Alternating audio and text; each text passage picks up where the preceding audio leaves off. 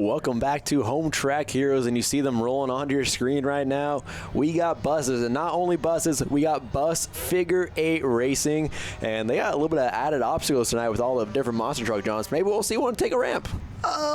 Preferably not. I mean, the idea is to see them rolling, not flipping, right? They see them rolling. It's bus time. Let's try to tell you who is who and what, because numbers can be hard sometimes, but we'll do our best. Well, the one number we can see is that 0, and we don't have a name for that guy, so that's not very helpful. We got the little buses, Sam Day and Cody Day, the 1 and the 48. We got the 18 of Jeff Ritter, he's in the USA bus. John Peterson, he's in the all-blue bus, number 59, and the 38 is Jay Van Buskirk. Yeah, Van Buskirk's in that bus that's on the front row next to the 0 that we have no idea about. Conley Graber, 27, and then the Duncan family reunion out there in the bus tour. 78 is Michael, 24 is Brian, and the 44 is Scott. At least that's what we think. Yeah, we got a lot of Duncans out there. Yes. They did their Hornet racing earlier. Now they're ready for some buses, some figure 8 racing as they get the 1 to go. This segment is brought to you by Evergreen Health Monroe. When your need for speed gets the best of you and you end up needing stitches or having a bone set, Evergreen Health Monroe is your full-service community hospital ready to take care of you when you need them most. As we get ready for some bus racing, we're already throwing panels. We haven't got a green flag yet. Well, you know, our flagman is out there, and John Peterson, the 59 bus. I wouldn't be surprised if some of these drivers, you know, hey, I didn't like that call. They might throw a panel or two here or there, as sometimes with buses, it's hard to tell when they're accelerating. These are not at speed yet, folks. They will get faster, we promise, as they come around the North Pole for the final time before they get the green flag, as we had 10 buses out there, and if you haven't noticed, buses are a little bit longer than cars, so when we get 10 of them out there, they take up a lot of space. Oh, they do. They're going to nearly be in the intersection right away. You would think that the smaller wheelbase buses would have a bit of an advantage here in this course, but that's not necessarily true because there's so much girth to the other buses. They're just plain hard to get around. Here's Van Buskirk driving to the early lead as he's going to be the first one to get into the intersection with an early advantage over the 0 bus. Yeah, we see him run outlaw figure 8, so he's more used to this track than anything else. And why not 4 wide on buses? Well, you know, we might as well 4 wide with buses with jumps, and let's throw it all in there. As they're going to go, as it looks like maybe the 27 bus is going to go a little bit sideways, and John Peterson putting the nose to him early. That was the 27 of Conley Graber. So a couple of the NASCAR officials getting together early on as John Peterson gave him the boot, and that's really allowed Van Buskirk to open up quite a lead as they went 4 wide into the North Pole. Go, Jay, go. Run away and hide. By the way, we're still green flag. They'll get spun around. Exactly. It'll be no big deal. A little bit of payback to John Peterson in the next pole. So what goes around comes around in bus racing, apparently. Well, that was one of the little small buses that was making that happen. As you can see, Van Buskirk just kind of nosing by Graber. Okay, we're through the intersection. Tiptoeing around. Wow. Okay. So that was a 78 of Michael Duncan taking the extended route around the jump and then through the intersection. He's got the both days right behind him now, so he's got a mirrorful. Van Buskirk, your race leader, just missing at the intersection. As it's going to get really tight here, we're going to go to the drone, get the best view of it all. Oh, man, they're 3 wide with the little mini buses making a medium-sized bus sandwich coming through. Oh, bus over the ramp. Bus over the ramp.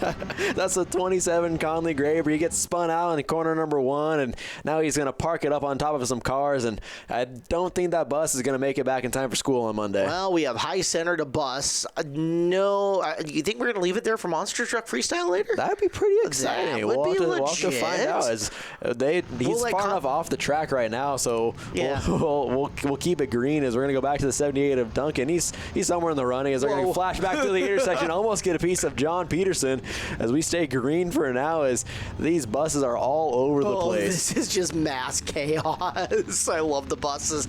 They're so great. Is he rolling in on Van Buskirk? He kind of is. Van Buskirk is no longer all by himself out front here. Yeah, he's caught that heavy lap traffic. We got the mystery driver in the 0, and they're just going to park buses in the infield. That's well, that's a really wide turn for North Pole. Van Buskirk still leads, but it's only barely as they're going to send him wide through the inning. They pass for the lead. There you go.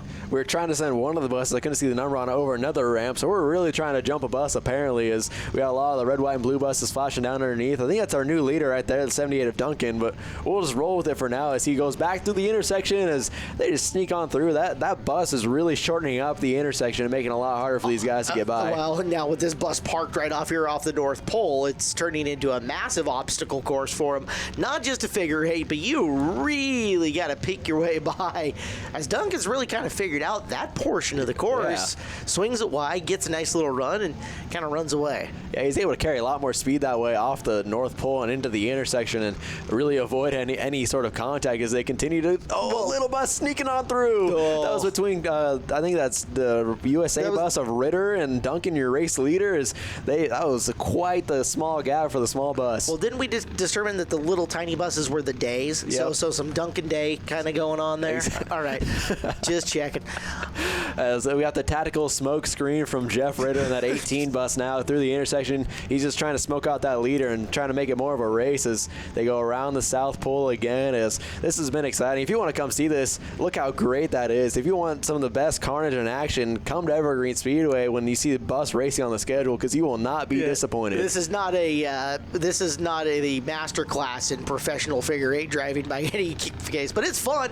There's more fun in this going on than whoa! That was a Duncan Day sandwich for sure. As that was about as close as the intersection it was ever seen. And now Jeff Ritter in the intersection gonna get missed by the mystery driver in the zero. Oh, this is gonna go bad. This is gonna go bad. Oh no, that guy just literally cut the corner and decided to try it again rather than go through the intersection. Just go back around the loop as we continue on here. So Michael Duncan's still the leader, or well, sure, we'll go with it. We got a bus on its side. I think that's Sam Day going around off the nose of his son. So must have not liked getting grounded too many times when he was younger was Cody Day, as he got his revenge right there on Sam. Let's see. It's the little baby bus.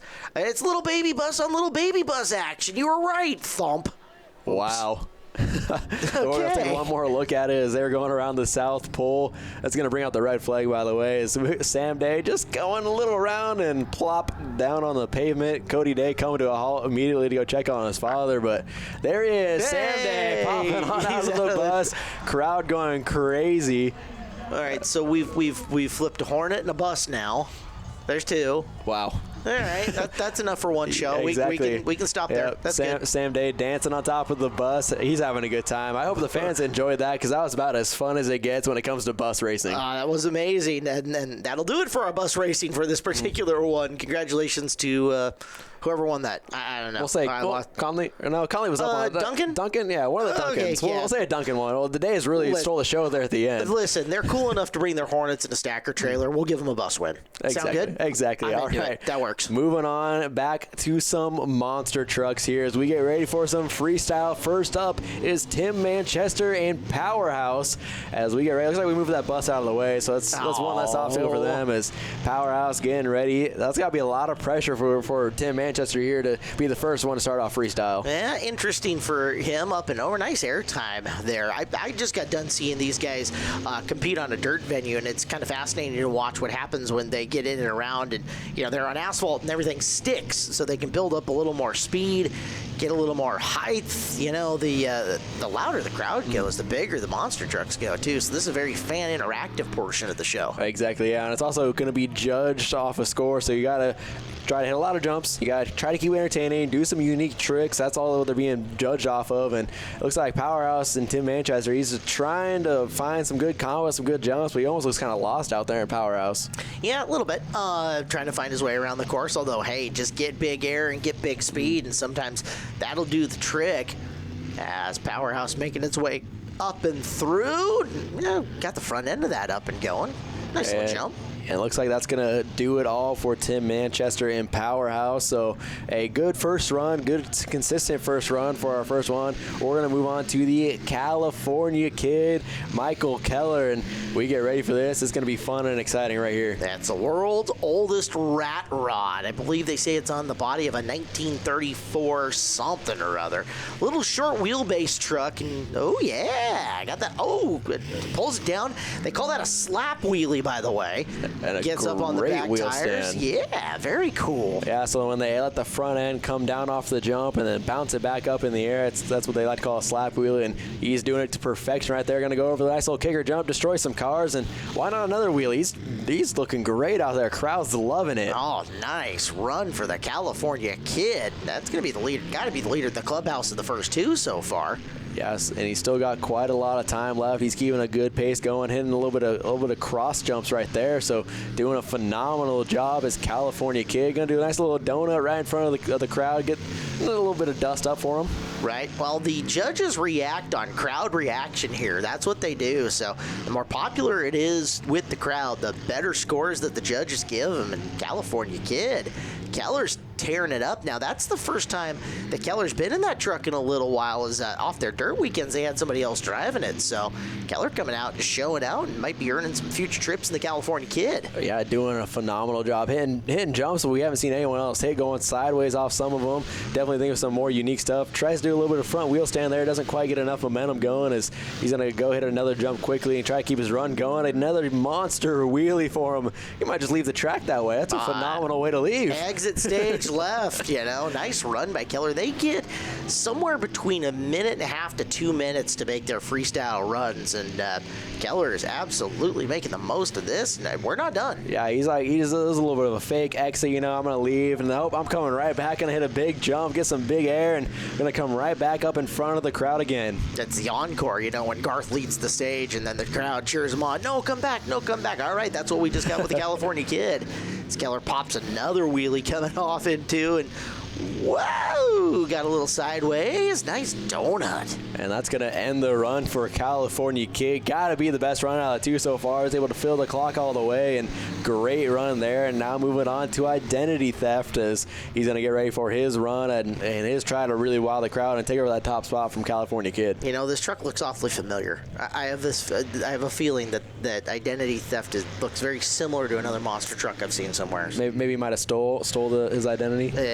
The truck might be appropriately named, you think? Yeah, pretty clever there. So in talking to the monster truck guys, they love the way that the suspension works on Identity Theft, and that the truck has been a mainstay on this tour for years now, and you can see the speed that it carries. We'll see if we can get some airtime out of Identity Theft. That's one of the things that I've caught off this truck over the years, is how much velocity and how much, just airtime it can get. And there's a good example right there. There's a good start, yep. And it looks like he's having almost a little trouble turning. It looks like maybe the front steering is almost a little not quite as loose as it should be as he's trying to get the car rotated. He struggled in South Pole last time, North Pole a little bit that time. He's going to go back for more big air from Identity Theft from Brian Patterson. That's the big air we're looking for. Nice run, Brian. Square around, make another hit. Oh, I spoke too soon.